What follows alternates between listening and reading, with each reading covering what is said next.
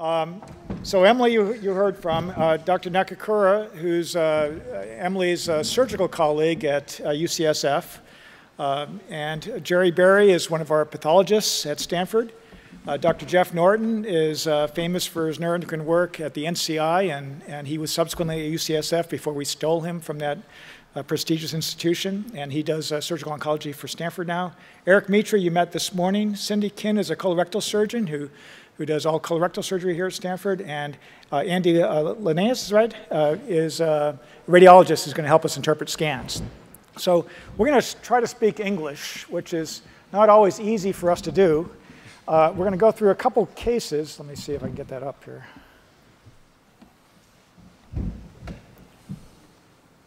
Tumor board cases. We're going to go through a couple cases that are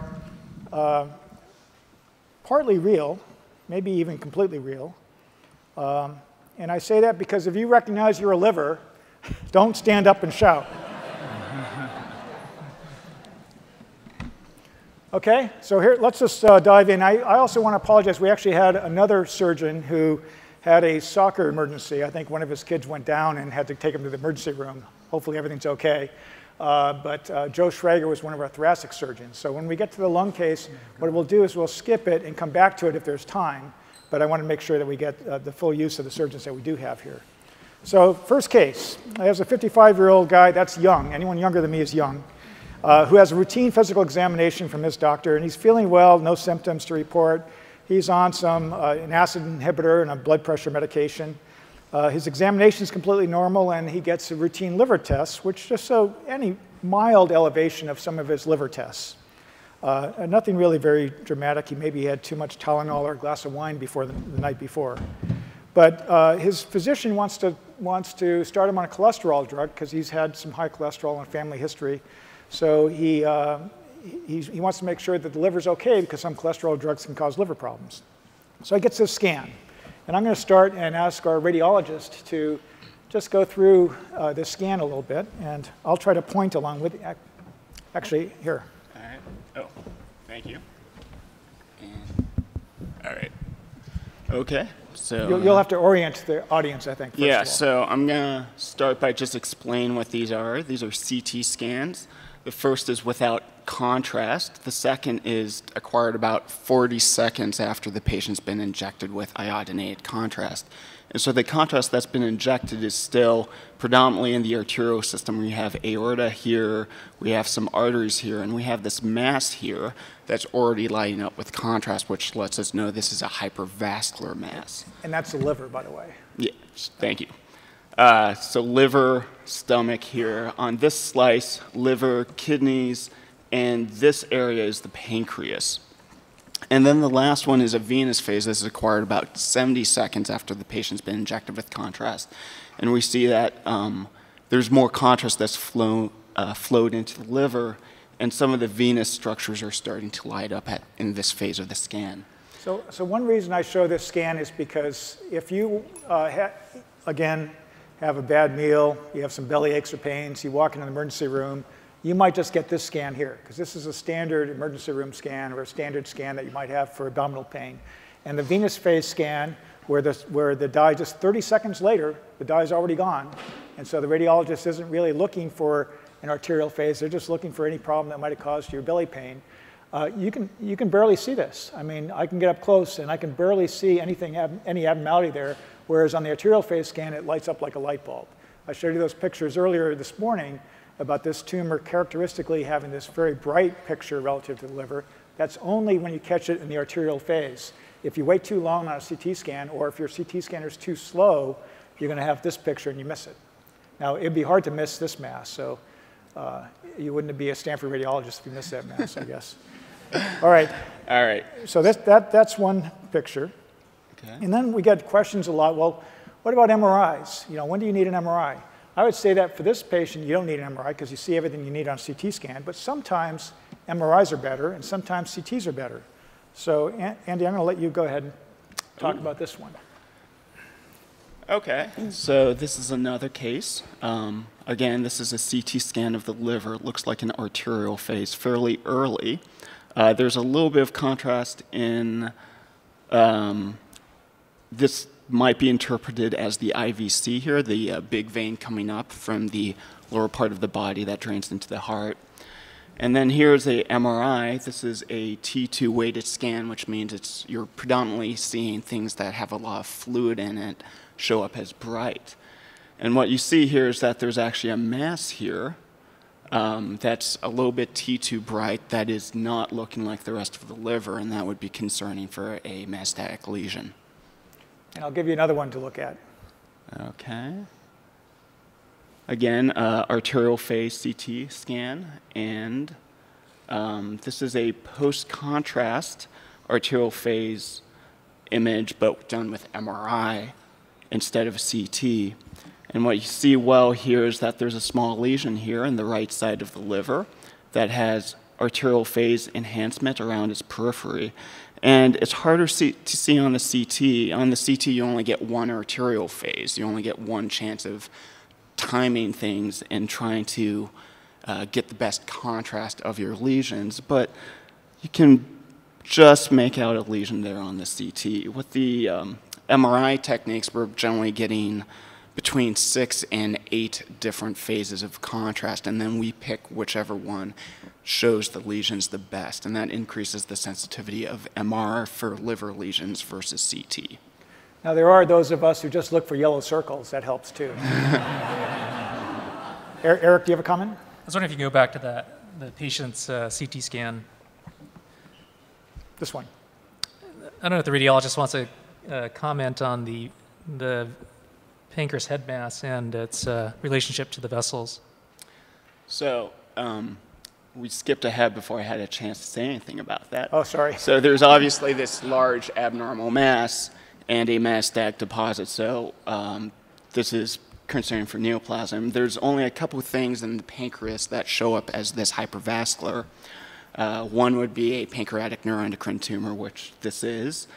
You can get spleen tissue within the pancreas, but that's usually in the body and the tail of the pancreas, and this is more in the head. And then you can also get metastases to the pancreas. Generally, renal cell cancer can metastasize to the pancreas and look just like this. But this patient has both kidneys there, and there's no renal masses, so pretty comfortable that this is most likely a neuroendocrine tumor just based on the imaging. Here's the aorta, and this vessel coming down here is the superior mesenteric artery. And that's the main thing we're looking at when we're trying to determine whether these things are resectable or not. And you see that there's a thin fat plane here between the mass and this artery, which means that the surgeon will likely be able to separate the tumor from the artery. There is another structure here that you can't see. There's a vein here called the superior mesenteric vein. And if you scrolled through all the images in this, you would see that this mass is actually completely surrounding it. And so that, depending on the surgeon, that may or may not make this a operable candidate. If the SMV, the superior mesenteric vein, is involved, it's a much more complicated surgery because they would have to resect that portion of the vein and somehow reconstruct it. I will comment that in tumor board, we have much better technology. We have large screen, high definition, and we can scroll through up and down and look at the vessels and follow the vessels out and see the exact proximity or involvement of a mass relative to those vessels, which then the surgeons and the radiologists will debate as to whether something is resectable or not resectable. Jeff, you being the person who I've famously quoted for saying about the guy walks in with an unresectable tumor, so I took it out. Jeff, you want to comment on the resectability of that? Then I'll let Eric comment. I know you can't without being looking up and down. What's your thoughts on that? I think that there's a couple things. First of all, you know, the resection, we would like to do an R0 resection, which means we'd like to take out all the tumor that we can see on the imaging study. The liver lesion would require a right hepatic lobectomy, which in itself is a major operation. And it appears like from the venous phase that the superior mesenteric vein is totally blocked by the tumor, so that would have to be reconstructed. So those are two like super big operations, and you might want to do those, you know, sequentially or at the same time. I mean, so I've actually published papers, I know probably Eric has as well, where we've demonstrated that liver resection is indicated for these tumors, and also even superior mesenteric vein resection and reconstruction is indicated. But it raises the ante. In other words, it makes it more possible that the person could die with the surgery and have complications. So I do think that it is indicated to do it, but you know, the problem is you might not want to do both operations at exactly the same time because they're both big operations, or you may want to do half the operation, the first part of it, and then see how the patient's doing for blood loss and time, and then to decide whether you would do the second part of the operation. So, you know, obviously you need to talk to the patient and the family about all these issues because this is a very major operation. Right. And one last, Go ahead. I think important point is patients often read their radiology reports, and I bet you that the report for this didn't mention anything about resectability or even probably the vessel. Sometimes good radiologists do comment on, you know, a space or a fat plane between the tumor and the vessels, but oftentimes they're just looking for the main, you know, the main objective findings such as a big mass in the pancreas and the liver. The other thing is surgery is all about anticipation, and the CT scan or getting a good CT scan is like a roadmap before you go to surgery. And seeing the scan, as Dr. Norton mentioned, you have to be prepared to deal with that superior mesenteric vein at the time of surgery. You don't show up and get surprised. This is something that you'd have to anticipate that you're going to have to take out when you do a Whipple procedure and be prepared to do it. And it's something that Dr. Norton and I can do with no problem, but you just have to be prepared going into it. Okay. I'm going to jump ahead here a little bit. So we have these masses, but we actually don't know what they are yet. And so somebody recommends a biopsy of the liver. And Dr. Berry, so you go ahead and grab this. You want a pointer here? It's this button in the middle. You got it. So the panel on my left shows the traditional H&E stain. Jerry, you might need to hold the microphone. Sorry. Sorry. The panel here on the left shows the traditional H&E stain section, which is where we get most of our information about the type of tumor that it is and its cytologic features. We look for mitotic figures and other important findings that allow us to grade the tumor. The panel on the right is a synaptophysin stain, which is a marker of neuroendocrine differentiation, and it's used to confirm that this is in fact a neuroendocrine tumor. We also perform additional stains. There's a chromogranin stain, which will also give you similar information to the synaptophysin. The other piece of information that's important here is when we're evaluating, once we've determined that this is a neuroendocrine tumor, we're going to try and grade it. We're going to grade it as to whether it's well differentiated, in which case it's a neuroendocrine tumor, or is it a very high grade and aggressive tumor, which would be a neuroendocrine carcinoma. And the way to do that is twofold. One is to count mitotic figures, and we would do that by counting how many, or demonstrating how many mitotic figures we'll see in 10 different fields at high magnification. And those are cells that are dividing, right? Those are dividing cells, yes. The other way that we will, the other stain that we'll perform, which will also give you information about the proliferation rate, is called a MIB1 or a Ki67 stain. So for those of you that read your path reports, as I know everybody does, those are some of the important figures that you'll be looking for, mentioning of synaptophysin, mentioning the proliferation rate, and the mitotic count. And so that will also help to determine the grade of the tumor. So in this particular example, the Ki67, which is marked up here, is very low. And the mitotic rate is also very low, which tells us this is a well-differentiated neuroendocrine tumor, and it would be a grade 1. It also means that it has a good prognosis, so basically that's a key element. And you know, when we talk about tumors being indolent, so that's kind of the typical neuroendocrine tumor. So I'm going to say this is why pathologists earn their money, because none of us can read these slides, and we just nod and smile when Jerry tells us what it shows. So right. Go ahead, Jerry. So a couple of things. One, what we're doing when we're trying to grade it is look at the morphology of the cells. In particular, are the cells starting to show more pleomorphism? Are they small and uniform, or are they now showing variation in their size and their shape, and they're starting to take on very abnormal forms? And as you go through a well-differentiated tumor to a high-grade neuroendocrine carcinoma, as we see in this lower panel, the nuclei here are much larger than they are here. There's a lot more variation, and also there's easily identified mitotic figures. The Ki-67, as I mentioned, measures the proliferation rate. And so here you can see in a grade 1 tumor, a positive cell that's proliferating will stain brown. So the nuclei, what we're looking for is kind of get a gestalt, what percentage of the tumor cells are in fact proliferating. And if you look at this panel, there's maybe 1 or 2 in the entire field. So again, it's got a very low proliferation rate. We look in this panel over here, they're increased compared to the grade 1, but they're still relatively infrequent. They're less than 20%. But when you get up into the high-grade neuroendocrine carcinomas, they're easily identified, and they're well over, in this particular example, it would be about 30 or 40%. So those are the pieces of information that we're looking for diagnosis, classification, and prognosis. And again, we smile and nod, say thank you, Dr. Berry, and then we move on to Dr. Mitra, who is in our tumor board, and we have a octreotide scan to interpret.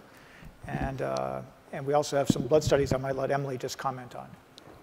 Okay, so for the octrea scan, which is the image you're looking at on this side here, we've talked about it before, that this is essentially a way to non-invasively understand whether the tumor has somatostatin receptors or not. Really, that's what you're looking at in this scan. And then always in these scans, there's also areas which have normal or what we call background uptake of the tracer as well, and that's really the hard thing, is to differentiate what is normal and what's not normal. So when you look at this scan, you can see that it's actually pretty clear except for all of this activity here, and out of all of these things, the vast majority here also is normal. So these are the kidneys, this is spleen, this is liver, this is probably some activity here in the bowel and in the bladder. But then there are these 2 large areas of intense activity which correspond to the findings seen on CT, and so they do represent that there is clearly somatostatin receptor positivity in these tumors, and in particular we're looking for that activity to stand out above the liver background, so you can see that that really stands out above the background. And in fact, the NETTER-1 trial that I mentioned before, that's one of the eligibility criteria, is that the octrea scan planar imaging, which you're looking at here, that the uptake in the lesion stands out above liver background. So Emily, do you have any comments on the tumor markers? Well, I would You know your patient's going to ask you about every abnormal finding, right? Yeah, I would just, I don't know if this is on, but I would just say that the chromogranin being elevated certainly right away makes you think that this could, in fact, be a neuroendocrine tumor, as with the gastrin. But I would point out that if the patient's on a proton pump inhibitor, that it can artificially elevate these. So it catches your eye to see these elevated levels, but you have to go back and look at the history and decide whether you think it could be artifact of the drugs or not. The other point, same with neuron-specific enolase, also a neuroendocrine tumor marker. It's of interest. If it's elevated, it might be something you can follow along when the patient gets therapy. The other point I would make is I'm not sure if that range of chromogranin is correct, but if it is correct for this lab, it just highlights the difference in chromogranin normal ranges for each lab. Our chromogranin normal range is less than 15. Other labs have a less than 36. So my point is, for those of you getting chromogranins across different labs at different institutions, be aware of trying to compare them from one center to the next, because you have to look at the normal value, and that'll tell you right away if the assay is done differently from site to site. And the proton pump inhibitors are drugs that get rid of acid in the stomach, and since a lot of people are on those numbers can be elevated and have nothing to do with tumor. Dr. Norton. Yeah, I think those are all good points, and I second those. But I think, say, for example, this patient's not on a proton pump inhibitor, and the patient then, by definition, probably has Zollinger-Ellison syndrome, which actually is a life-threatening syndrome that needs to be managed appropriately, and the management is actually proton pump inhibitors. So the dose is actually twice the normal dose, twice a day, so it's a high dose type thing, because those patients get secretory diarrhea, they get severe peptic ulcer disease and possible perforation of their stomach and things like that. So it is important to kind of take everything in context. So most likely this tumor is a gastrinoma or a gastrin-secreting tumor, and that's why those numbers are like that. I'm going to skip this because this is the gallium scan that you heard about this morning by Andre. So this patient just goes right to an exploratory laparotomy. And sure enough, it turns out that the tumor was encasing the superior mesenteric vein, and the surgeon decided, well, you know, I can't actually get it all out. So he does a lot of long words, and I'll let Dr. Nakakura describe what was done, even though he didn't do this. Right. I think what the likely scenario is that this patient had probably a CT scan done in an emergency department, which is a single-phase CT scan. You know, it's a good look at the whole abdominal cavity, but it's not a great look at any particular region. And it's not uncommon we get patients coming to our clinic with a CT in hand saying, I got a CT scan that shows the mass of my pancreas and liver, and they're scheduled for surgery elsewhere. We say, well, wait a minute, you need a high-resolution pancreas protocol CT like you saw there that clearly shows that the vessel, the superior mesenteric vein, is involved, and you need to have a plan to deal with it if you're going to go to OR, but you know, you shouldn't be finding these things out in the OR. Right. It's a preoperative diagnosis, and I'm sure Dr. Norton's seen this many times before, but apparently this patient was taken to the operating room, underwent exploration. The surgeon wasn't prepared to deal with the vein, which requires, you know, major vascular resection and reconstruction. So he decided to not resect the tumor, and he removed the gallbladder and did what's called a Roux-en-Y hepatocogeganostomy. Essentially what he did is he reconnected the bile duct to a small intestine to prevent, to ameliorate any blockage of the bile duct. But what's interesting in this case was the bile duct wasn't blocked in the first place. Right. So the indications for surgery is questionable. The operation, why they even did the biliary bypass, is questionable. So it's hard to comment on something that... We'll just say it was really done at an institution north of here. Way north, sorry. So the pathology, Dr. Berry, you get this pathology back, and they took one lymph node out, and that was it. Is that informative at all for you? No. Okay, that was easy. So the patient, of course, is disappointed. The family's disappointed. The surgeon's frustrated. And he tells Dr. Bergsland, you know, if only you could shrink it for me, I think I could get it out. If you could shrink it and get it away from those vessels. So, Dr. Bergsland? I think okay. The bottom line is, I think you guys had an overview of NET this morning, but just to recap, there's a difference between drugs that stabilize tumors, like things like sunitinib and everolimus, versus drugs that have an ability to shrink them. And so this is a situation where if the surgeon felt that it might potentially be possible to resect the tumor if there was appreciable tumor shrinkage, then this is a situation where I think chemotherapy would be reasonable. And there are a couple of different regimens out there. Streptozocin is approved for this indication. I think a lot of patients get treated off-label with temozolomide-based chemotherapy.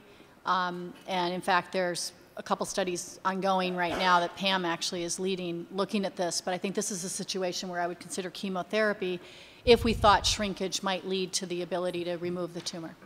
So Pam will talk about her clinical trials next, but temozolomide and capecitabine are two chemotherapy pills that generally are pretty well tolerated, not in everybody, but in many people. And this gentleman was able to continue working full time. He had stable weight. He had maybe some dry skin on his hands and feet and a few days of diarrhea and some fatigue, but otherwise tolerated it quite well. The markers seemed to come down somewhat, and his scan showed a fairly moderate response with shrinkage of the pancreas primary and the liver metastases, meaning the tumors actually got smaller. I'm not going to go ahead and show that scan, but I'll put the surgeons on the spot without being able to look at the scan and ask if they would go back in.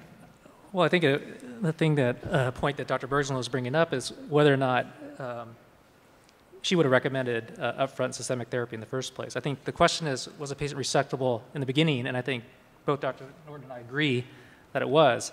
So if that's the situation, I think, you know, I probably would have taken the patient to the OR up front without giving the systemic therapy. I don't know, Jeff, what do you think? I think they may be two different patients, actually. So I think that the Arcturus scan might have been a different patient than the CT, but if we're talking about the patient with the CT, yeah, I think I agree with you. I think we would have, and I think your points about planning a surgery out is really important too. So we probably would have tried to resect it initially. But the second patient with the Arctria scan, I think that's more problematic, and that patient clearly had more disease. Now, I presented this morning just the thought case of metastatic breast cancer and how surgery, radiation, and chemotherapy are considerations. Actually, surgery is not a consideration for metastatic breast cancer.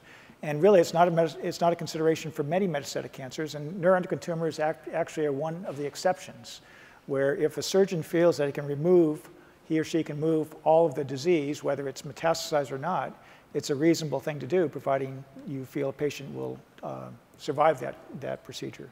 Do you want to just make any comments on removing metastatic disease in this setting? Right. I think for patients that have isolated liver metastases, there's no doubt that if you can remove all the tumor, most surgeons would say yes. In fact, if you can remove most tumor, we generally say greater than 90% of the tumor, we would say operate. It's when you can't remove most or all the tumor that the benefits are questionable. The reasons are that even when you operate and you think you removed everything, unfortunately, over a long time, the disease recurs. So it's mainly a cytoreductive procedure. All the studies suggest that if you wait 20 years, most disease comes back. But however, if you get all the tumor out, we call it resetting the clock. So if someone's now disease-free because you removed all the tumor in the liver, although the disease may come back slowly over time, it might not lead to any problems down the line if you're able to get most or all of it out. But certainly if you can get most or all of it out and the patient's a good fit person, it's recommended to consider surgery. I think I'm simple-minded. The simple-minded way of thinking about this is that if it takes 5 years to go from a marble to a baseball in size, and you get it back down to a marble, maybe it will take 3 or 4 or 5 years before it gets back up to that size before you have to do something about it. And that probably beats being on chemotherapy for 4 or 5 years if that was your other inclination. So this person actually does go for surgery, has a resection of liver metastasis. They actually found more disease than what was seen on the scan. Jeff, you want to comment on the surgery at all? Yeah, I think that's pretty much what we talked about. I think the other thing that they did was radiofrequency ablation of an additional MET. So at the time of surgery, when we do this type of surgery, we do intraoperative ultrasound right on the liver. So we can also, it's a very sensitive way to detect additional possible metastases. And as Dr. Nakamura said, we want to do an R0 resection, so we want to take out all the tumor if we possibly can. So in addition to taking out the right lobe of the liver, they probably did a radiofrequency ablation of a lesion on the other side, which kind of is liver-sparing surgery. So that allows all the tumor to be dealt with. And the radiofrequency ablation has about a 90% chance of eliminating small metastases if they're less than 3 centimeters. So I'm going to take Jerry off the hook here. And the pathology was done, and yes, it confirmed that it was a low-grade tumor. And the positive margins were ablated with that radiofrequency ablation that Jeff was talking about. And the patient comes back to Emily now, having had a successful surgery at removing the cancer. And the patient says, now what, Dr. Bergsland? Well, there are no data to guide us in this setting at the moment. So if we really believe that all of the disease has been removed, then we would typically enter a watch and wait phase where we would discuss with patients the idea of surveillance and imaging. And again, the exact frequency with which we should be doing scans is unclear, and I think this is an area of interest, and it's uncertain how closely you should follow patients. But I think most of us would offer some sort of surveillance plan and imaging for patients. The other point I would make is that this patient had tumor markers that were elevated, so if these were correct tumor markers and we believe them, those might be valuable to follow as well in the postoperative setting. And so when we're seeing patients in clinic on a regular basis, we're looking for symptoms, we're looking for a rise in the markers, and we're looking for changes on the imaging. And those 3 things are what guide us in terms of driving therapy. But there really aren't good data for putting patients on chemotherapy or other agents postoperatively when there's no disease.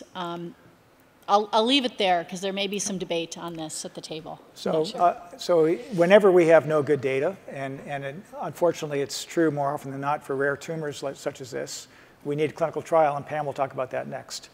So I'm going to move on here, and I'm going to skip this case and come back to it if we can, because we don't have a thoracic surgeon. So let's talk about this gentleman who is middle-aged with anemia. He comes in with a low red cell count. He has a workup that shows us a 5 centimeter, 2.5 inch liver spot and a possible abnormality in his ileum, which is in the small bowel right before it gets to the colon. That was discovered, by the way, on a capsule endoscopy.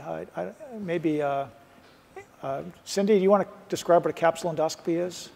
Sure. So a capsule endoscopy is a procedure done in the GI suite where the patients swallow a capsule, and the capsule transmits images wirelessly to a computer, and all those images get recorded as the capsule sort of makes its way through the intestine. And so it's pretty neat because you can sort of see the images as you see the capsule sort of go through the bowel, and that way you can localize tumors in the small bowel. Often, because the small bowel is so long, it's not feasible often to do traditional endoscopy, with the scopes to reach all those feet of small bowel.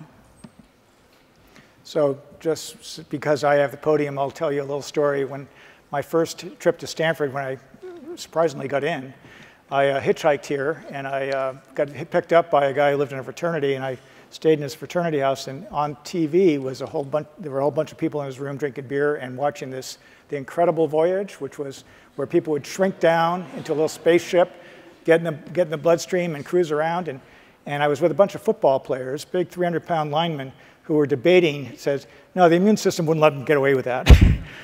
They're arguing what T cells would come up and interfere with this, and so I knew it was in a different place. My football players from my high school wouldn't talk like that. So this patient then has an octreotide scan, which I can't show you. I don't think I'm going to show you. But trust me, there was uptake in the liver lesion, but they didn't see anything in the ileum. And as we oftentimes do when we think we have resectable disease, we send them to a surgeon. I'm going to just ask Dr. Kent to talk about this a little bit. It's close to your section. So, the resection that I would be considering would be resection of the lesion in the small bowel, or the ileum, the end of the small bowel, and now that we know that it's there because we saw it on the capsule, we would be talking about either a small bowel resection, which is just taking out a piece of the small bowel and putting it back together, or a right colectomy, and that's if the tumor in the small bowel is so close to the colon that we'd have to take out part of the colon as well. And would you call Jeff or Eric in to help you out with the liver a little further north? Absolutely.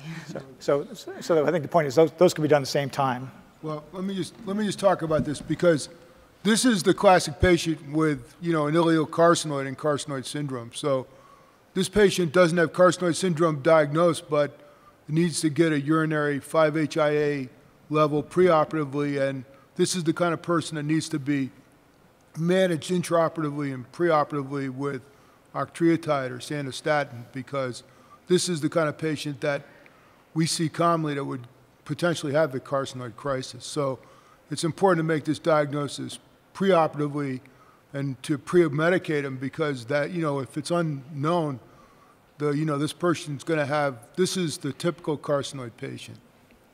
Right. I couldn't agree more. I think the critical thing is this patient needs a CT scan of the chest to further stage them, make sure the lungs don't have disease, because obviously if there's extensive pulmonary disease, you're not going to go straight to surgery probably. But he does agree. The other things are, getting the hormone levels of chromogranin A, urine 5-HIA, give the preoperative octreotide, but also counsel the patient that you think this patient has a small intestinal primary neuroendocrine tumor with a liver metastasis. The goal is to look for the primary tumor, remove the primary tumors, look for other primary tumors, because in over 50% there's more than one primary tumor, and you can only usually just feel them because they're like pea size. But if you don't palpate the bowel and look for them, they're often left behind.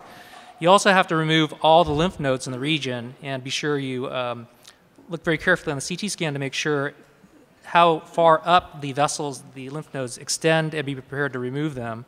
And at the same time, remove the gallbladder, as we talked about before. So these are all the discussions you have to have before you go to surgery, because it's going to involve all those different steps, in addition to doing the ultrasound of the liver and be prepared to deal with the liver at the same time. So actually, one of the reassuring things about a tumor board is we can determine what's missing in the workup, and what, if this person needed an octreotide scan, or if they needed a CT scan of the chest, so that surgeries aren't done without the entire information that would be helpful in guiding us with the optimal treatment. So he actually, 6 months later, has a successful surgery, but 6 months later has a follow-up CT scan, which shows, unfortunately, some liver spots, and I thought we had pictures of that. We do here. So we have some liver spots here. And go ahead, Andy. Okay. So these are venous phase. You got a big red arrow there. Yeah, with the big red arrows pointing things out. These are venous phase CT scans. If there was an arterial phase, these lesions would probably light up as bright because these are likely hypervascular metastases. And on this venous phase, the contrast has already started moving out of them while contrast has started accumulating in the liver. So that's why they look dark on this phase of imaging. So there's at least 2 lesions here. And you would want to look through the rest of the imaging and see if there's additional ones. So Eric, you want to comment on the scan to the right, which always looks like a Rorschach test to me? Not at all, not at all, yeah. So this is, again, an Octria scan on this patient, and you see, again, this similar distribution. I got it, thank you. Similar distribution we talked about before, where there's normal uptake in the liver and in the spleen and in the bowel. By the way, I forgot to mention on the prior Octria scan we looked at, that's one of the very nice things you can do with this Octria scan is quickly stage the whole patient. We've talked about several times how it's important to see whether there's disease outside of the sites you've already located on CT or MR, which are only done in one portion of the body typically. And so that's why one of the reasons why an Octria scan is done, because you can easily see the area in the chest and other areas and see that they don't have disease, which is very reassuring in this case. As far as these particular lesions go in the liver, well, we see that, and I know it's probably hard to see, but there's a little bit of increased uptake here, which probably corresponds to this lesion. And then I honestly can't tell what's going on in regard to this lesion because it's kind of lost within the normal kidney and liver uptake. And I believe there's... So I've always said that our nuclear medicine docs have a vivid imagination, so this will prove it. Go ahead. Right. So now what you're looking at here is something that if you've had an Octria scan before, some of you may have experienced it. It's an additional 3D imaging of that planar imaging, which is called a SPECT scan, which stands for Single Photon Emission Computed Tomography, if you were wondering. So, but basically it allows you to look at axial slices and see exactly what's going on. So now if we look at these images, once again you see this increased area of uptake here near the top of the liver, which corresponds to the lesion seen on CT. But then the second lesion, which was more inferior, down here approximately, we don't see any uptake, or at least it's equivalent to the background liver. So this is, so I would interpret this as saying that at least one of the lesions is Octria scan positive, has somatostatin receptors. The other one either has minimal somatostatin receptors or no somatostatin receptors. So Emily, you and I are often asked to shrink tumors so that a surgery can take place. But when there's been fairly rapid recurrence of disease in the liver shortly after a surgery, it's probably not the best of surgical candidates. And since you and I don't really care where the tumor is, because most of our treatments go everywhere, what would you like to think about now in terms of treatment options? Didn't he get put on? He was put on octreotide and had progression, sorry. Okay, so he's progressing on octreotide, and he still just has those tiny things? Yep. That's a tough one. I mean, your options are things like revisiting surgery, but I don't recall when the progression was on octreotide. How long was he on that? About 3 months. Oh, only 3 months, yeah. So, I mean, and do we have markers, 5-HIA? No, Non-functional, we think? non-functional. Okay, I'm so making this up, but yeah, so I sound pretty authoritative, don't I? No. Well, these are things that are important because if the person has syndrome, then you're going to likely keep them on octreotide even if they've progressed. And again, sometimes the dose is increased. If they're non-functional, meaning they're not having any hormone symptoms, then you might actually stop the octreotide. And I think it's unknown what to do with these folks. I mean, you could revisit surgery, but as George pointed out, the more rapid somebody recurs after surgery, the less inclined we are to do surgery again, but that would be an option. You could consider liver-directed therapy, other liver-directed therapies like embolizations, but if it's really a tiny percentage of the liver that's involved, then that, at least at our institutions, it's sort of debatable when you should intervene if it's a very small amount of liver involvement. And then there are treatment with systemic therapies that could be considered, preferably on a clinical trial, because we really don't have any standard therapy for this disease after octreotide progression. So, Andy, I know you're not an interventional radiologist, but you want to mention what some of your IR friends might say about radioembolization, or just describe the procedure, because we didn't talk about that this morning. Yeah, so chemoembolization is an option for hypervascular tumors, and so that would basically involve a catheter procedure, where a catheter would be threaded up the femoral artery and into the hepatic artery, and then the interventional radiologists try to get as subselective as they can so that they're administering the chemoembolic agent only to the tumor and the little bit of surrounding liver that they've subselected out. And so they have these tiny microcatheters that they're able to get advanced very far into the liver and pick out these tumors individually and administer a chemoembolic agent.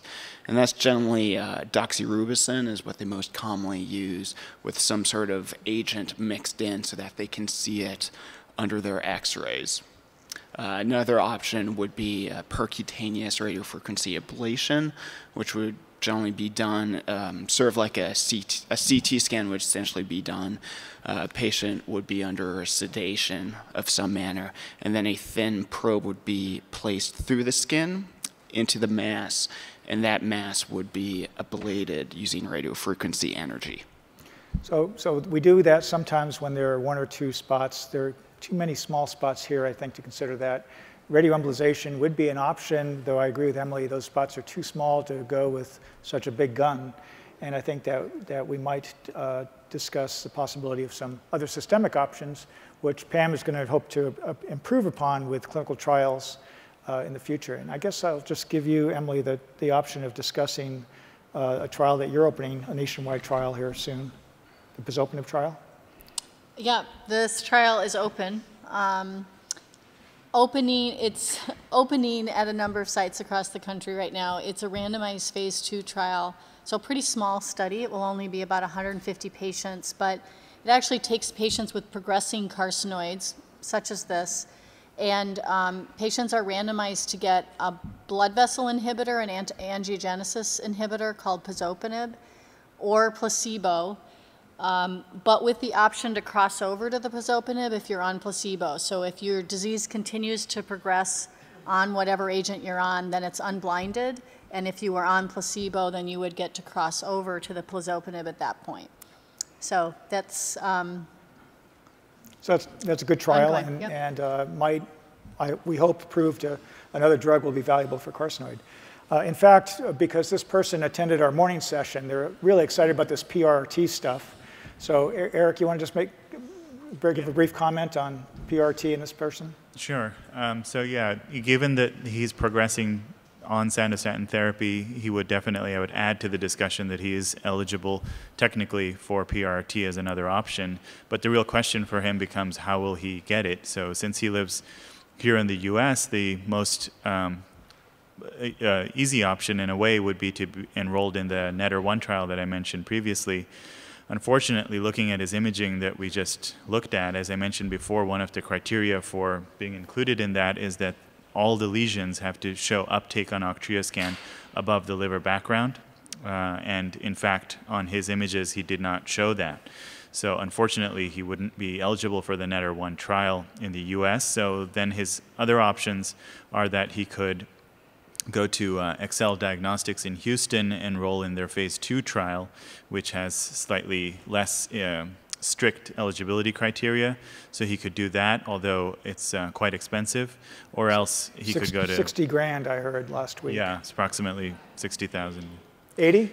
80 grand. I think that's unconscionable. Inflation. Yeah. And, All right, and then, sorry, finally, he could also go to Europe and get the treatment there as well. All right, we're going to end with a brief case that is a different twist that we heard a little bit about this morning. Another young woman who presents with a little bit of blood from her rectum. She has 2-month history of occasional rectal bleeding. She was treated for hemorrhoids without relief. She has no pain, weight loss, or other symptoms. She actually feels pretty well, just noticed some blood in her stool. She has no significant past medical history. She takes no medications, and on physical examination, everything looks normal. Cindy, she has her first colonoscopy, and there's a 2-centimeter ulcerated rectal mass. What do you want to know about that colonoscopy? When the gastroenterologist gives you a call, what questions are you going to ask the gastroenterologist? So the important things about rectal masses are location, so the distance from the anus. We want to know how close is it to the sphincters, essentially, because that really determines what kind of surgical approach we can use. I also want to know where it is in relation, sort of anterior, posterior, or lateral. So is it closer to the back of the body or towards the front of the body, or is it on either side? Because that sort of is important for surgical planning as well. And also, we want to know how deep it is. So it can be helpful to have some data about that if they're able to do an ultrasound at that time. So, of course, the more common thing to find here is an adenocarcinoma of the rectum, and this person would have rectal cancer, and then we decide whether the person needs chemotherapy, radiation, or surgery. But the pathologist looks at the biopsy, and Dr. Berry calls you with a surprise. So this particular piece of tissue is actually, we have squamous mucosa overlying it, so we know that this is down in the region of the anorectal junction. But you can see down right below the mucosa, this is the submucosa, is just filled with this very cellular process. And if you look at it at higher magnification, as we can demonstrate here, again, it looks as though it's trying to form glands, but when you look at the nuclei of these glands, they have more of that stippled appearance, or the salt and pepper is a term that we use for neuroendocrine.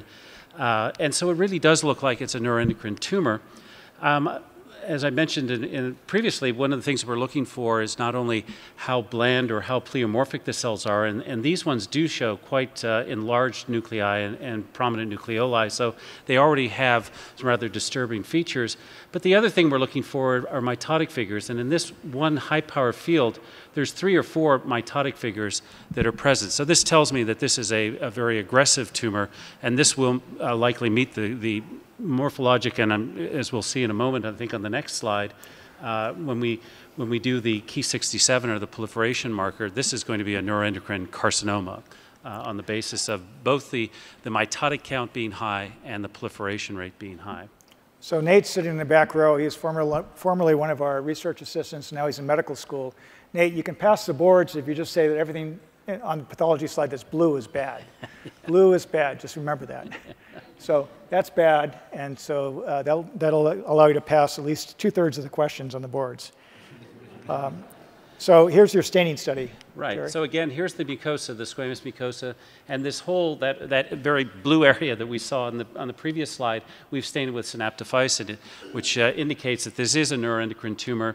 And here we have, basically, this is a kind of a scanning magnification level, the Ki-67, the proliferation marker, and all those brown spots are nuclei that are demonstrating that these are cells that are proliferating, and this would be about a 50 or 60% proliferation rate. So this, on the basis of all the features that we've talked about, would be a neuroendocrine carcinoma. Okay, I'm going to let Emily comment because there's no data-driven correct answer to this case, but it is a perplexing case that we have to deal with in tumor board 2, 3, 4 times a year. And Emily, do you want to comment on Now we have a poorly differentiated neuroendocrine. Most of the talks this morning were about well-differentiated, better-behaved disease. I'll let Emily comment on what a poorly differentiated neuroendocrine tumor looks like and behaves like. Yeah, this is a really tough case because there really are very little data to guide us. There are two things here, though, that are concerning to me. One is, given the proximity of this tumor to the anus, it sounds like to get it out would require a pretty significant surgery. What surgery would be required, Cindy? So if it's close enough, if it's sitting right on the sphincters, the anal sphincters, then it would require what we call an APR, which is an abdominal perineal resection, and that means taking out the entire rectum and anus with a permanent colostomy if it's sitting right on the sphincters. Okay, go ahead, Emily. So that's one problem, but we certainly do that and recommend it all the time for rectal cancer, for these low-lying tumors, especially in situations in which you believe the person has curable disease. This case is tough because these high-grade tumors that have the very high proliferation rate, the good thing is they're often sensitive to chemotherapy, so chemotherapy plays a much larger role in this disease. But the problem is that they're often metastatic at diagnosis. So the long and the short of it is this is likely to require multidisciplinary management. Surgery could play a role. Local radiation could play a role. Chemotherapy will definitely play a role. In which order you do these things is the real question because it's unanswered. But I would absolutely start by doing a careful staging workup, including chest, abdominal, and pelvic imaging, and then I would have a low threshold for a brain MRI in this setting. And the nuances of this is the type of tumor that's more likely to be positive on the FDG PET scan that you heard about earlier rather than the octreotide scan. So you have to kind of know the biology of the tumor to know what kind of scan to order. I think what we'll do is, well, we'll just say that an endoscopic ultrasound was done, so it was staged as best we can, referred to a colorectal surgeon for consultation. I don't know if you have any comments, Cindy, besides what Emily mentioned?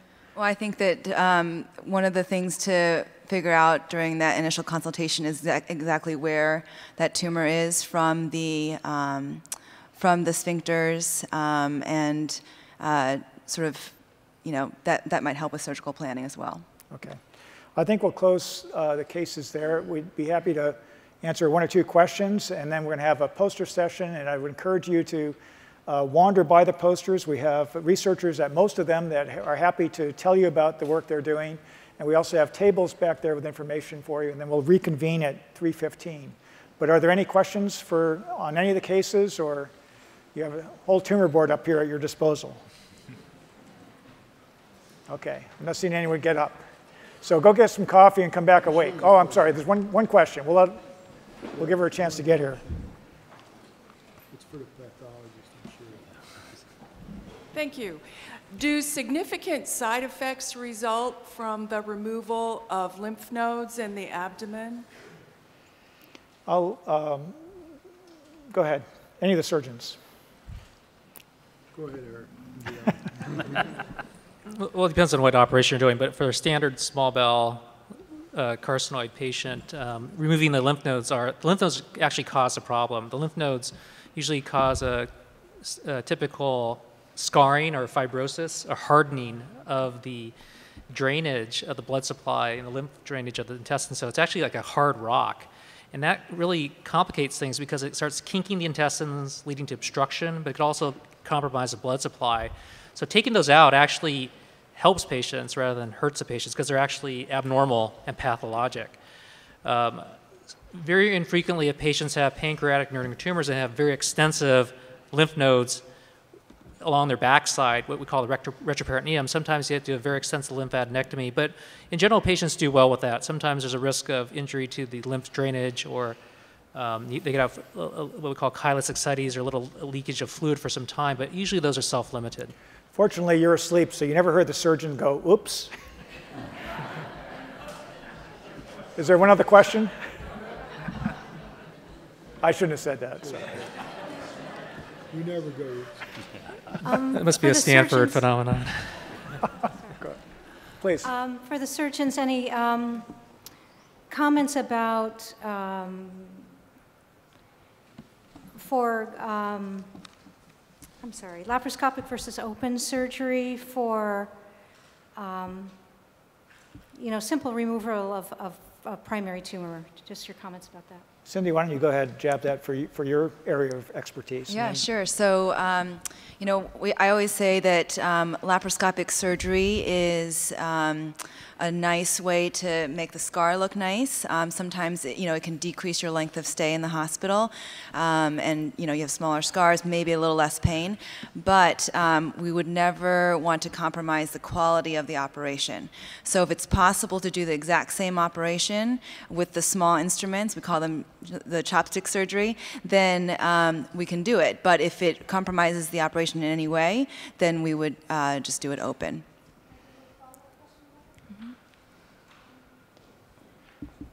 When you were saying about how usually if there's one midgut tumor, there might be more. And I thought I read somewhere that, the standard used to be that you'd feel the whole small intestine to see. But that the downside of that was that you might have really problems with adhesions later that could be really significant. So what about that? That's a great question. So often the more we think that the more we manipulate things with our hands, it may be possible that you have more adhesions later on. I think it's very hard to predict whether or not you're going to get adhesions or if you're not. So I think manipulating the bowel to find those extra little tumors, definitely the benefit outweighs any risk from adhesions. Can I make a comment on this? So we actually published on this very topic several years ago, and the scenario of the patient number 2 where you have a well-differentiated neuroendocrine liver metastasis and the primary site is not clearly known. If a patient has an elevated urinary 5-HIA level or certainly has carcinoid syndrome, as Dr. Norton mentioned, that's clearly going to be a small intestinal primary because the rectal primaries don't make serotonin, and the pancreas ones, by the time they make those hormones, they're usually visible on a good CT scan. So the usual primary is going to be a small intestinal primary, and the only way you could really find those is if it's very close to the large intestine. You might see it on a colonoscopy. But in general, they're very hard to find because they're less than a centimeter or so in size, and they're right below the lining of the intestine, so even capsule endoscopies aren't useful. We found that you can actually find these things laparoscopically about 90% of the time because they grow outwards rather than inwards, and they look like a little white little dimple on the intestine. And so we do laparoscopic exploration where we can find the primary tumor, and what we do is we make a small incision and pull the intestine out and do the palpation at that time, because you absolutely have to palpate it, because if you don't palpate, you'll miss those 50% of the times where you have other tumors. There's no sense in taking out one tumor, leaving 3 behind. So sometimes we find 4 tumors or 5 tumors, and if you don't palpate them, you're going to leave them behind. And you also have to take all the lymph nodes out and the gallbladder. So it's all this kind of thinking ahead that you need to do to save patients unnecessary workup, because capsule endoscopy is very very useless in this disease. Doing all these, double balloon enteroscopies, people talk about them, but you can find it. If you're going to operate, you can find it laparoscopic quite easily and spare patients all these unnecessary tests. So with that, I'm going to close, and I want to thank our panel. I think you did such a great job. We're going to double your honorarium.